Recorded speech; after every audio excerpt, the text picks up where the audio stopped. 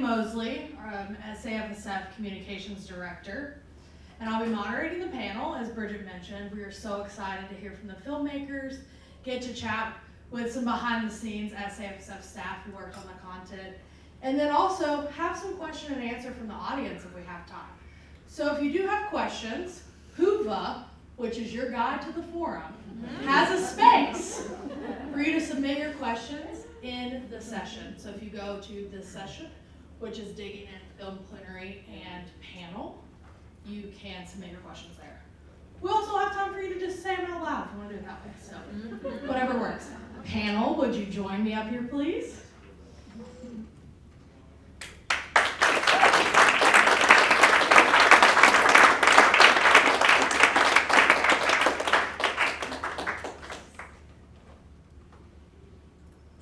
Jay's on the panel too, but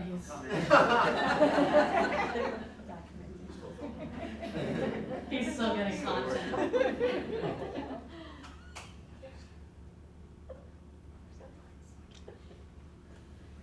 So before we jump in, I just want to introduce the folks to my left. This is Renee Catacalos, SAFSF Vice President of Strategy and Impact. Nathan Johnson, Film Director and Nathan.works. The fabulous Masika Henson, who is narrating the film. And the guy who holds it all together, Jay Austin, co-producing. Great, so we'll just jump in, get some questions rolling. Nathan, Jay, and Masika, how has it been seeing this film with a live audience for the first time? I'll start with that one. Yeah. This is the first time I've had this experience, and as the result of actually nearly 3 years of discussions, it is incredibly gratifying to be here, especially with the team that made it happen. And so if this would be an appropriate time for me to shout out some of those people, I do think we need to give a special and unique recognition to Stefan Vatheuer. Could you stand for a second?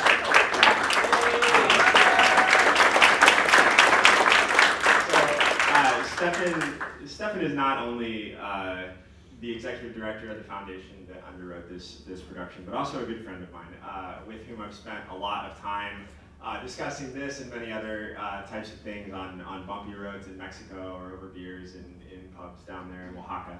And this idea took a shape that came out of your brain in many ways.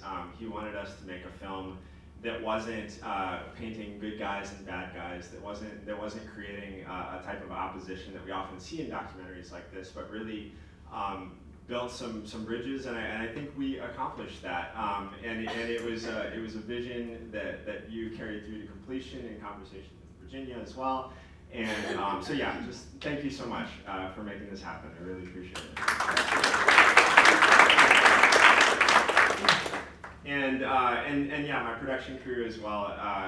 There's just untold hours that went into this, and especially Jay Austin and I just spent so much time in conversation where he continually elevated my mind beyond the thing immediately in front of me, because that's my weakness, that we all have one. Mine is just to focus on what's right in front of me, and Jay is always lifting us up, lifting our heads up to go, what about this, or what's further beyond. And I think the broad scope that you see in this film is in large part thanks to those conversations.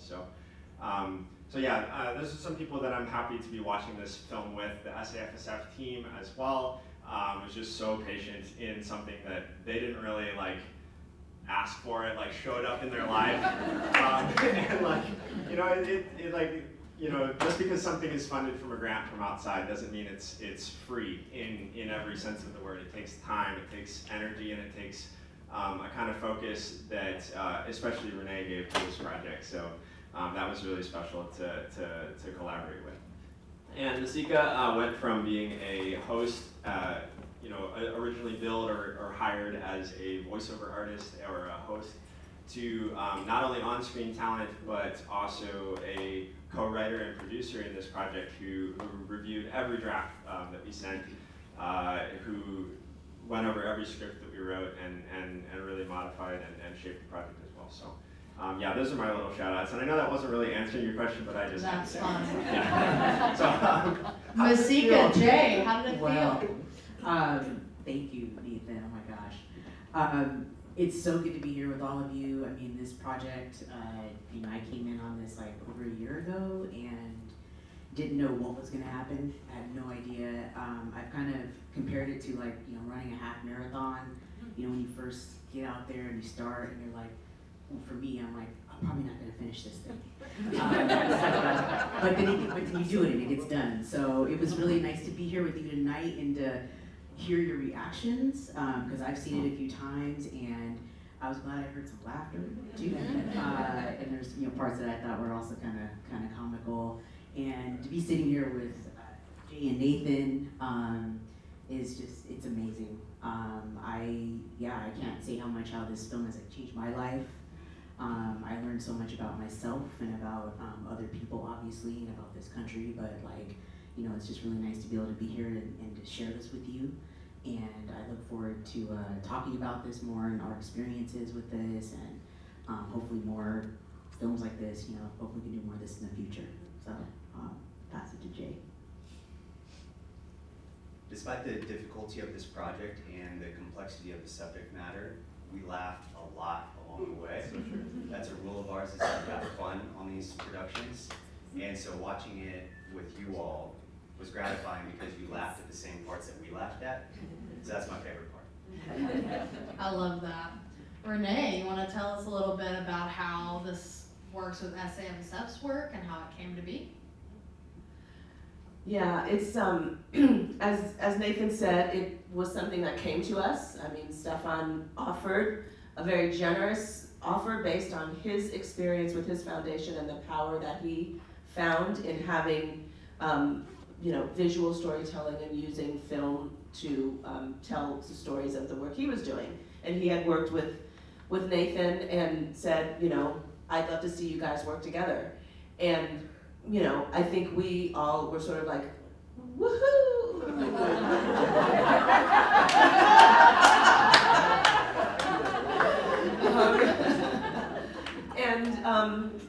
And I think I'm gonna say, actually, honestly, to our credit, we did stop and say, this is a great, great idea, but it's something we've never done. It seems like we have enough trouble kind of in our own daily work of SAFSF kind of honing in on the stories we want to tell or the pieces of work we want to try to do. How are we going to make that work in a film? How are we going to make this coherent and kind of boil this down to something that can work in the amount of time we have? And then to Stefan's credit and Nathan's as well, we went back to them and said, we need some more time to figure out how we're going to do this. We know that it is going to be work for us no matter what is said about it. And we knew ourselves that we're not going to be hands off about this. We're just not.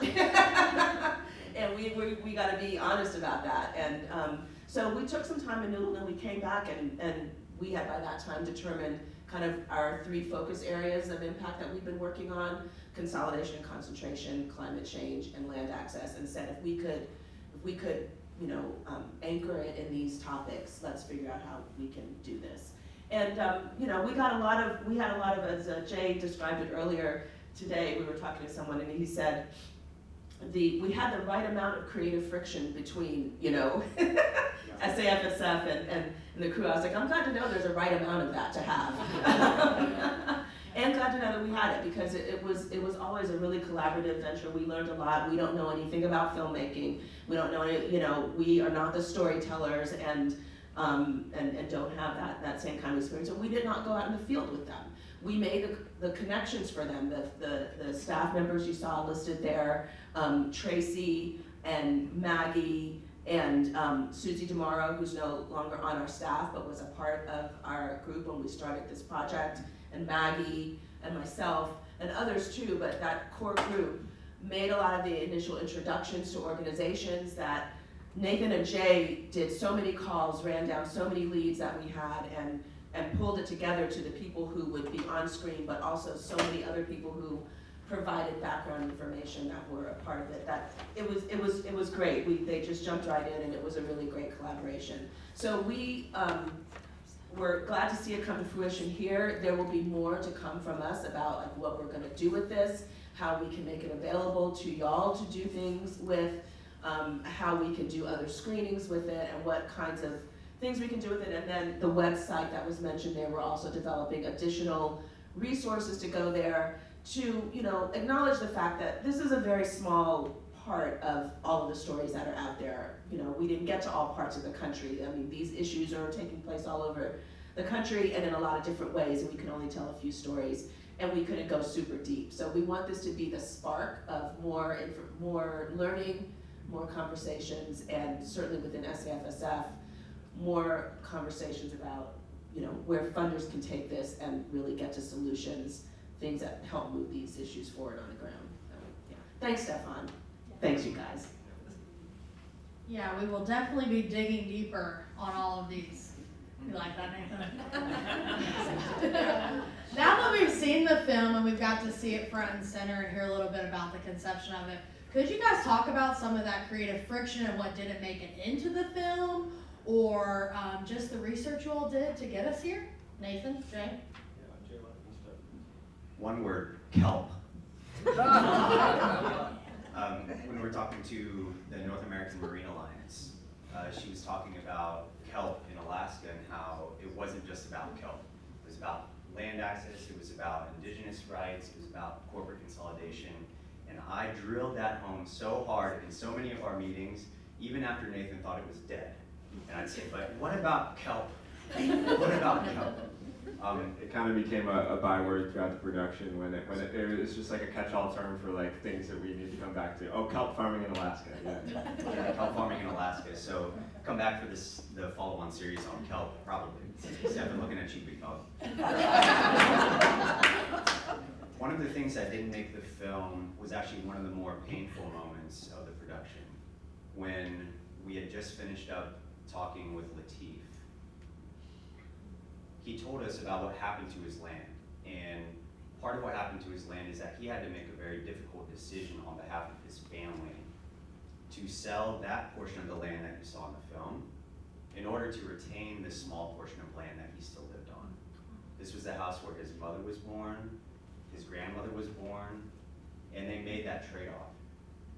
And as soon as we cut the cameras and we were packing up, a truck pulled up, and it was a man and a woman, and the guy leaned over out the window and he asked what we were doing there. And we were looking at each other, we were looking at Latif, we were looking at him, and after we told him what we were doing, he said, well, you know, my crops don't look good right now for film. That was the new owner of the land. And even though Latif had told us that he had given the land over to a responsible owner, in that moment you could see exactly how much pain he was dealing with. And so those were some of the tough decisions that we had to make. We didn't even get that on film, but those are some of the takeaways that I think we had from this experience about how deep this cuts.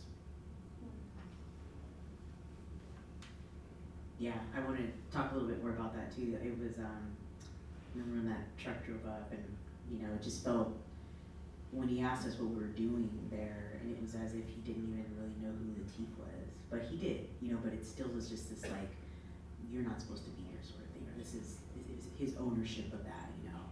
So that was a really, yeah, that was tough, and I don't know. So in some ways, I wish it would have been in there, but then also not, because it was such a difficult experience to have. And then I'll just pass it over to you, because I'll chime in. Unless you would work Yeah, no, we filmed several people in the Bay Area that weren't able to be included.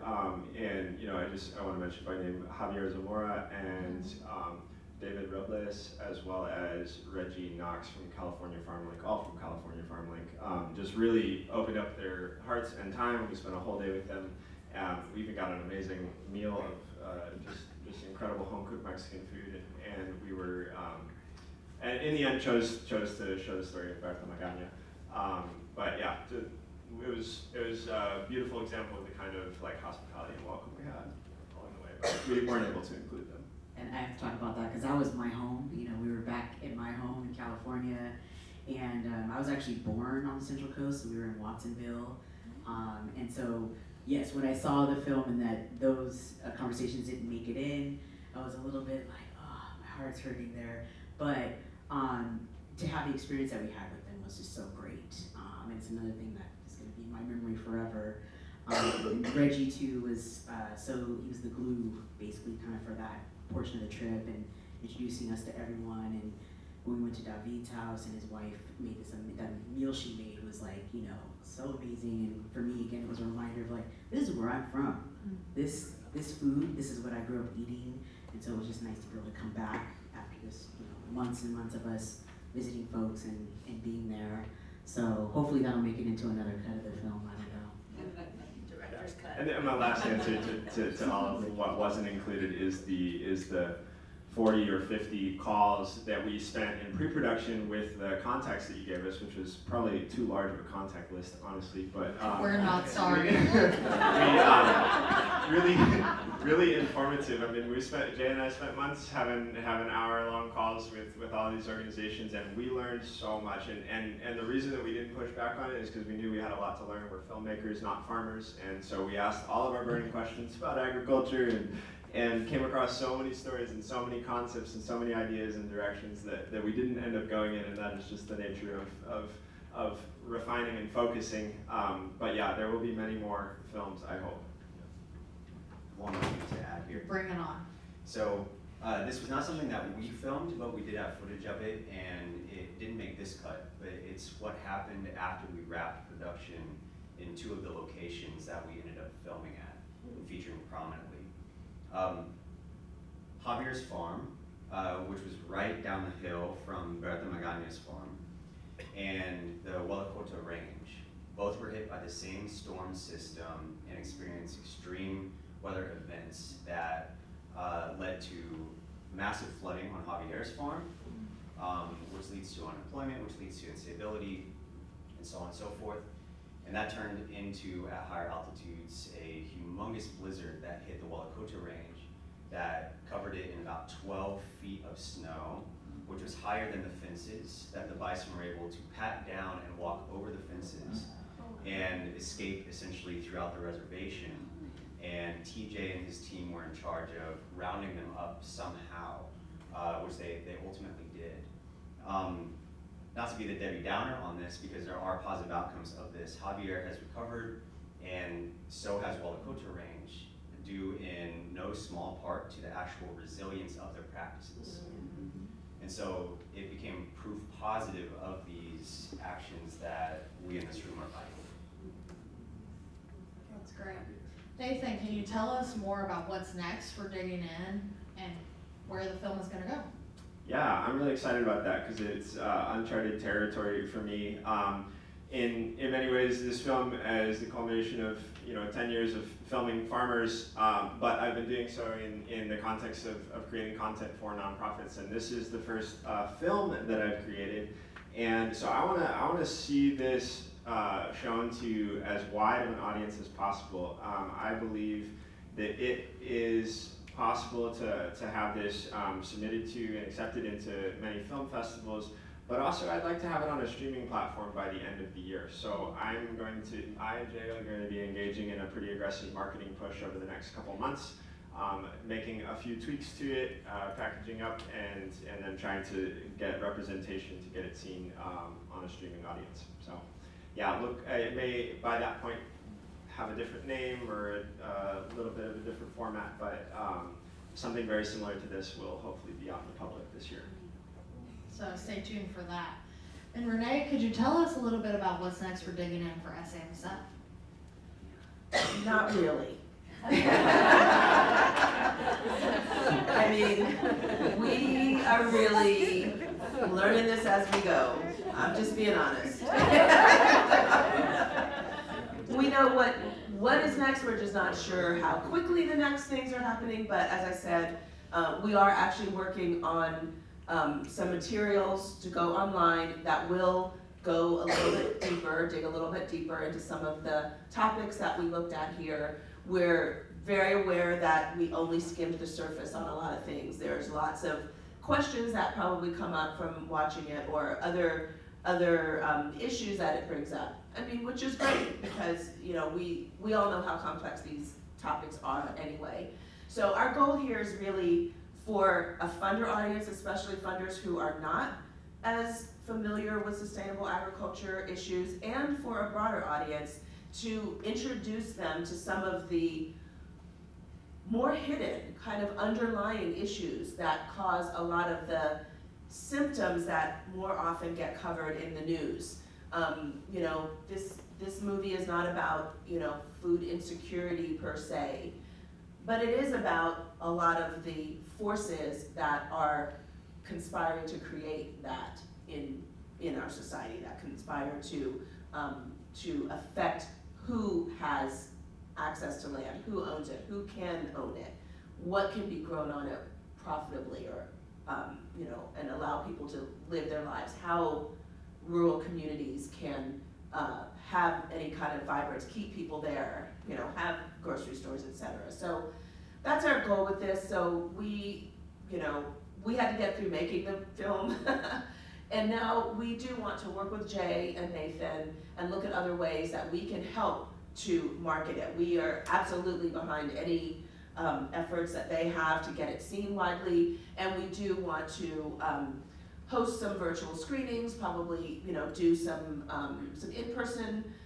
stops around the country. We'd be happy to talk to lots of folks in our membership who might be interested in hosting screenings and things like that. So in the next couple of months, we should be out with a more kind of concrete set of plans about what we're doing. But first step is just to have some folks see it and hear how y'all react to it, and take that feedback and see how that also might inform what we do with it next. Great. Before we turn to questions from the audience, do you all have any lingering thoughts, expressions from today, or feelings that are bubbling up for you that you want to share about the film and the screening? Well, so I've never done anything like this in my life.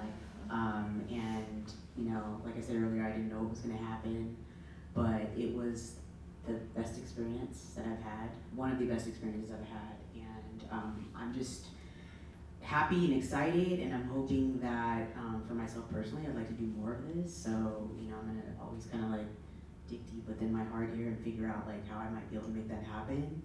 And then also just like what's, really cool about it is that we were able to get this on the screen, and like, something where we're teaching people about all these issues we talked about. And I want this to be able to be something that's out there to a wider audience of folks outside of these walls, like get it out to like the masses of folks that we're not always talking to about the issues that kind of a lot of us talk about on a daily basis. So just want to say that.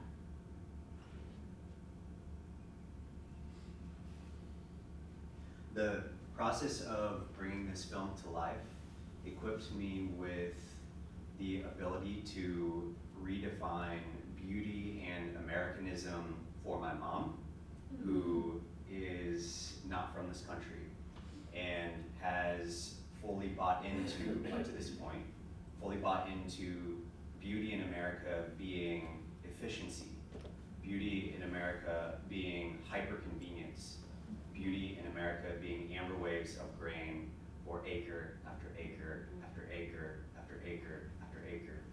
And it came up in very practical ways. So, for example, I was riding in the car with her and my pops, and we were going through some farmland, and she looked over and we saw a fallow field, and what she could see was the raised mounds of soil, and she saw it for as far as the eye could see. And she looked over and she said, "Wow, this is so beautiful." And I said, "Mom, do you see puddles on top of that land?" And she said, yeah, I can see puddles for as far as I can see. I said, "Yeah, it's not pretty just because it's symmetrical. Let me tell you why the soil isn't taking the water." And that conversation afterwards really stuck with her. And one day we were working on her compost, and it just like landed on her. Oh, I get it. I don't see puddles in my compost, right? So this was an experience that led to hyper practical outcomes and narrative change, and that also happened for the people who we held the space for, who became our subjects, because we didn't actually dig into our subjects. We tried as best as we could to engage in a non-extractive form of story gathering and storytelling that resembled the practices that we'd like to actually see in the ag system. By nature, production is extractive, and you'll hear it in the language that some producers use, saying things like, well, we need to dig into this interview, or that was gold. But how does someone extract gold, right? So we really tried to hold this space for people to be able to tell us their honest opinions about things. If it was in the direction of the film that we thought the film needed to go, then that was convenient for us and good. And if it wasn't, we considered that as an opportunity to re-understand and reevaluate the original direction that we went into. And in addition to the storytelling component being non-extractive, that also applied to how we made this film with Mother Earth, of Mother Earth. And so that led to imperfect practices of sustainability and being careful with Mother Earth as we filmed this. You know, we went to 10, 12 locations, and that's exhaustive for her, right? And so we did the best we could, and some of that information is on the website, like bullet by bullet. You can see some of the things, large and small, that we did to be as non-extractive to her as we could as we made the film of her with her. But this is a practice that I hope, in addition to the actual messaging in the film, can be replicated by you all if you all decide to take on projects like this, is to make it non-extractive and with care for her. Which, if you want, on Wednesday during the lunch hour, which I believe is like an open networking hour, you can find the exact time on Whova. We will be offering a informal Q&A if anybody is interested in taking on a project like this with their organization and has any questions. We'd just be happy to share our thoughts on that. Love that. Renee, do you have anything else to add before we go to Q&A? All right, audience, I'm counting on you to ask some really good questions. I do not have my Whova app, so maybe Renee can look at it. I know there was one in there. Yeah. We'll run a mic. You can take my mic. I'll still Jay's right here. I'll take the mic because I don't have a voice. Well, I will say that there are some questions on Whova. What was the highlight of making this film, and what plans are in place to use this film to advance the change that is needed? So. Oh, I can say my highlight. Webster Davis. He personally might be my highlight, but as well, not included in the film, right after the scene that you saw where they were fixing the tractor and after the ride around the farm. Webster, then we went into his barn and we set up a shot where he read to us a poem that he wrote about the hollowing out of Oz, Missouri. And it was in really simple rhyming couplets with some pretty vivid and non-flowery language. Using words like Walmart and plastic, and it was just it was great. It was unironically great, and we just tried to figure out how to get it into this film. But it's 2 minutes long, and but you heard the man's sincerity and his accent, and the shot was we had a light, and we wanted a little bit of what we would typically use fog for, and so we just had Jay and our DP say run circles in the dust around the barn until there was enough dust in the air for the light to look just right. It was just a great moment, one of those things we knew even as we're doing it, we're probably not going to use this, but it's just so good. That's it. Unforgettable. Webster was one of my favorites as well in the film. So audience question. Okay. Do I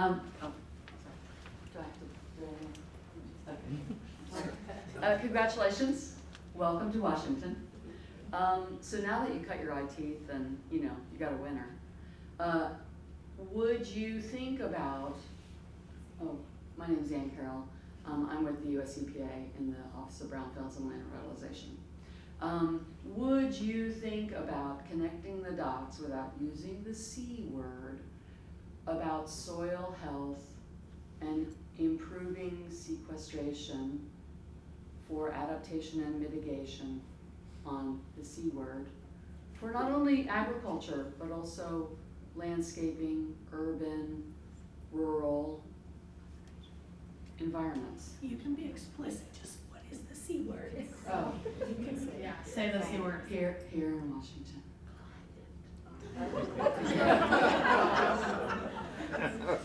Well, I work for that organization. Lenny, are you asking whether we would make a film about that? Yeah, explaining soil health and what you can do to actually, you individual, you company, you every part of the sector can be helping us reduce emissions, sequester it, address this issue, because we all own it. Well, once we set up the SAFSF production company. No, I mean, I think that for us, this has definitely, been an experiment to see what we could really do with film. I think we're all big believers. I think that we think it turned out amazing, and we believe that there is a lot of value in doing this for other topics too.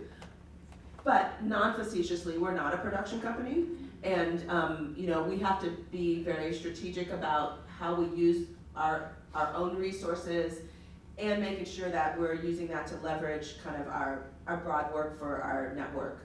So I think that, lots of things can be on the table. This one took us, as Nathan said, like almost 3 years. So it's not something that we would go into lightly, and we would really, I think probably not super soon either until we figure out how we really roll this one out and market it, etc. But I think it really does show us the power of the visual storytelling and in the hands of great filmmakers.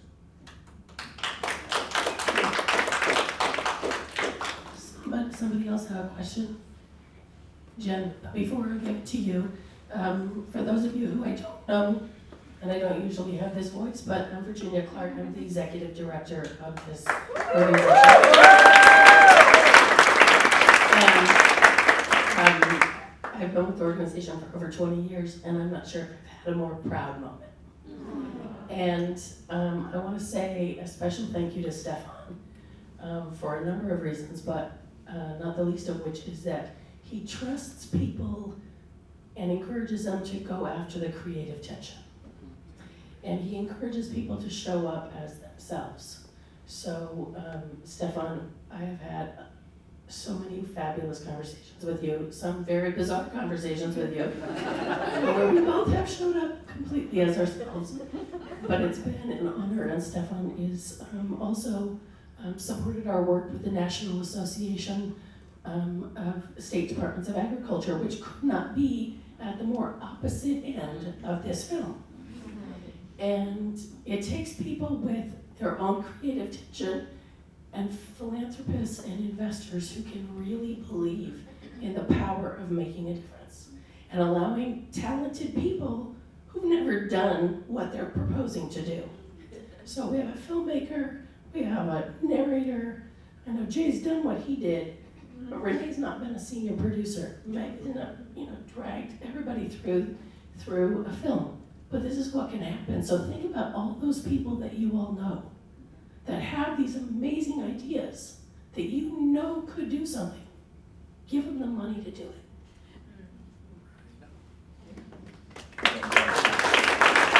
And I can say that because I'm leaving my job at the end of the year. But I remember Marnie Rosen when my daughter, and I just saw you, and I'm going to tell this story. I get to do that.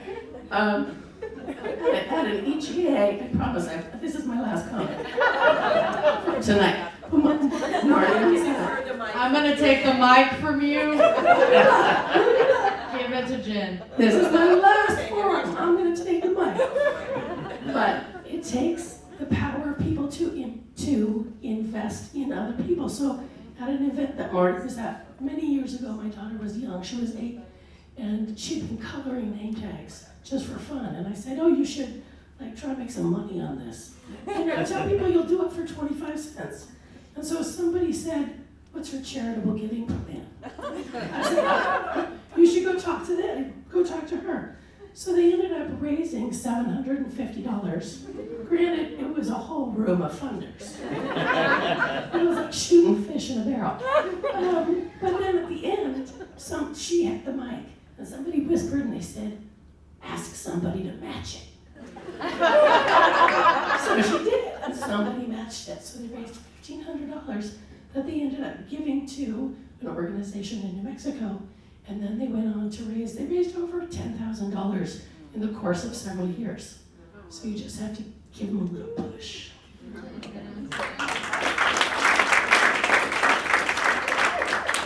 Well, Virginia, that's the perfect segue to this question. And hey, I'm Jen Zuckerman, and I'm on the board of SAFSF. And just grateful for everything that it took to make this film.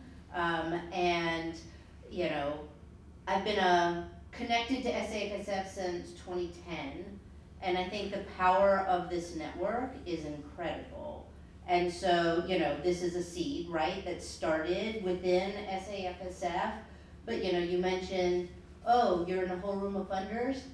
Guess what? We're in a whole room of funders, and we're at a conference that's all funders. So, what does that mean then? In terms of what you'd like to ask, because narrative change is so important, and these funders are connected to these issues and care about these issues. So how might this room of funders and this conference of funders then really be a network that's supporting the seed that's planted here? And so what would be your ask in this room that we can share out at this conference? And as a follow-up to that, after you answer that, I'd like to ask Stefan to share, as a funder who did this, what would you say to other funders about this kind of work? Yeah, well, that audience is not lost on me. I certainly think it might be thinly veiled that our networking event on Wednesday is also a sales opportunity. This is a no-pitch space. Yeah, well, She thinly asked the veiled. question, she asked the question. Yeah, no, I've just, this process has opened my eyes to the power of collaboration in that way, that this really is and can be a collaborative thing, that even the way that Stefan designed and proposed this grant to SAFSF was very collaborative, and I would love to be a part of that. So yeah, my career as a filmmaker is as I look to the future, I expect to do another film, and this issue is important to me. I've been working in and around this issue for a decade, and I love the power that farming has to connect to nearly everything that humans do, and I really like people. So I've gotten to see how farming is a part of human development all over the world, and I have lots of ideas of how to continue to explore that. So yeah, let's do another one. It's already on. It's on. Boy, where to begin? What would I say to other funders about something like this? Can you all hear him back there? Oh, yeah? Yeah. Okay, there you go. Oh, it's gotta be closer. I think, well, my story goes back to when I met Nathan back in 2018. We began, I think in 2019 or 2020, filming in Oaxaca, Mexico, the projects that we're engaged in. Our foundation doesn't actually work with many other organizations in the US except SAFSF, but we do a lot of ACT projects in Mexico and other areas around the world. But my eyes were opened when we understood the power of film and storytelling, especially when it was my turn to be interviewed by Nathan for the film that we did, and I was absolutely petrified. And after, my botched experience with that, which I felt was botched, I couldn't believe how wonderful the film turned out. Even with me, I was blown away. And I thought, how did you correct me? What did you do? And I said, well, I really didn't do anything. So I insisted that he prompt me with all of the interview questions so that I could be prepared, so that I could practice my answers. So part of what I would encourage other foundations to do, or other funders, is look at the power of storytelling and invest in something maybe you don't feel very comfortable in. And that's how I began working with Nathan on some other projects. And he's actually engaged with another project that we're working on together with another organization now. And I have a lot of ideas after seeing this. I'm very impressed with how the film turned out. This is the first time I've ever seen it, even though many drafts were shared with me. I refused to watch them. So this is my first time, and I think you hit all the marks. And I've got a lot of other ideas. So anybody that would like to talk, I'll be here for the whole forum, and I'd love to share some more ideas, and I'll be at the session on Wednesday with the filmmakers as well. Who else? Other questions? In the front.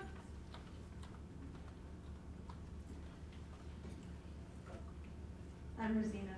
I'm not with any organization. Nathan is my husband, but I have a question.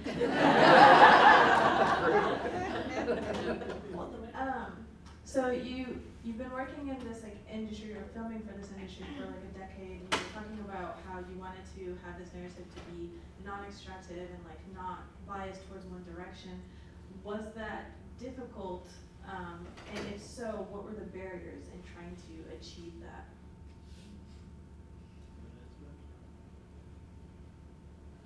Yeah, so to be able to do this takes more than just good technique.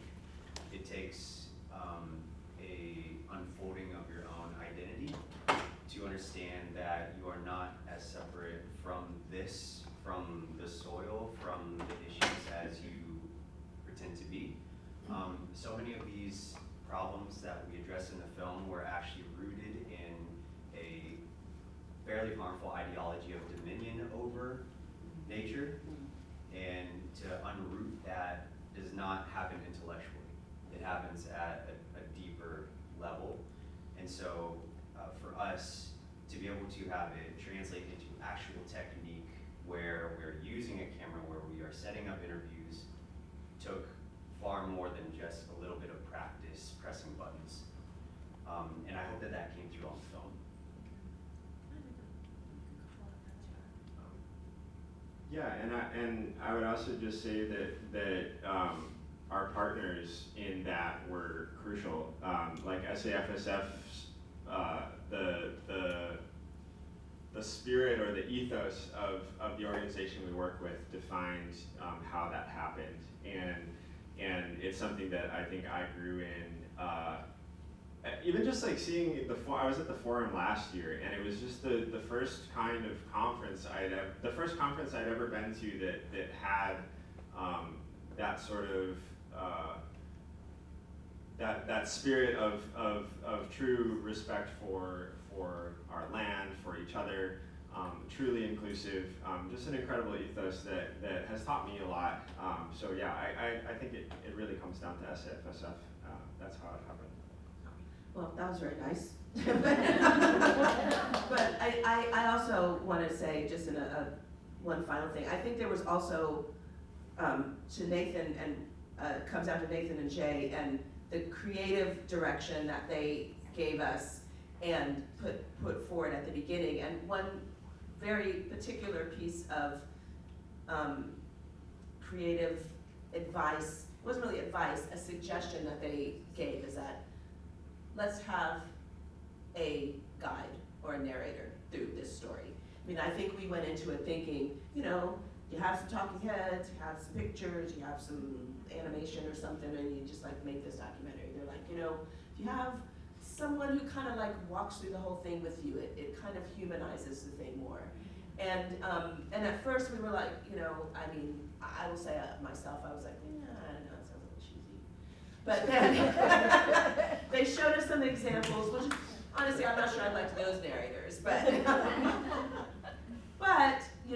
when we got Masika involved, And this is also a shout out for stalking people on LinkedIn, because that's where, and putting your hidden talents on your LinkedIn profile, because that's where I found out that Masika had a background as a DJ and a voiceover artist.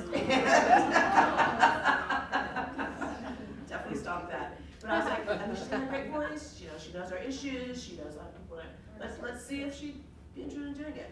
And I think that really was key. I mean, having somebody who could identify, and who the people you're interviewing could talk to and could identify with, and they're telling those stories too, like a real person. I think that really did change the heart, give the film a heart, you know?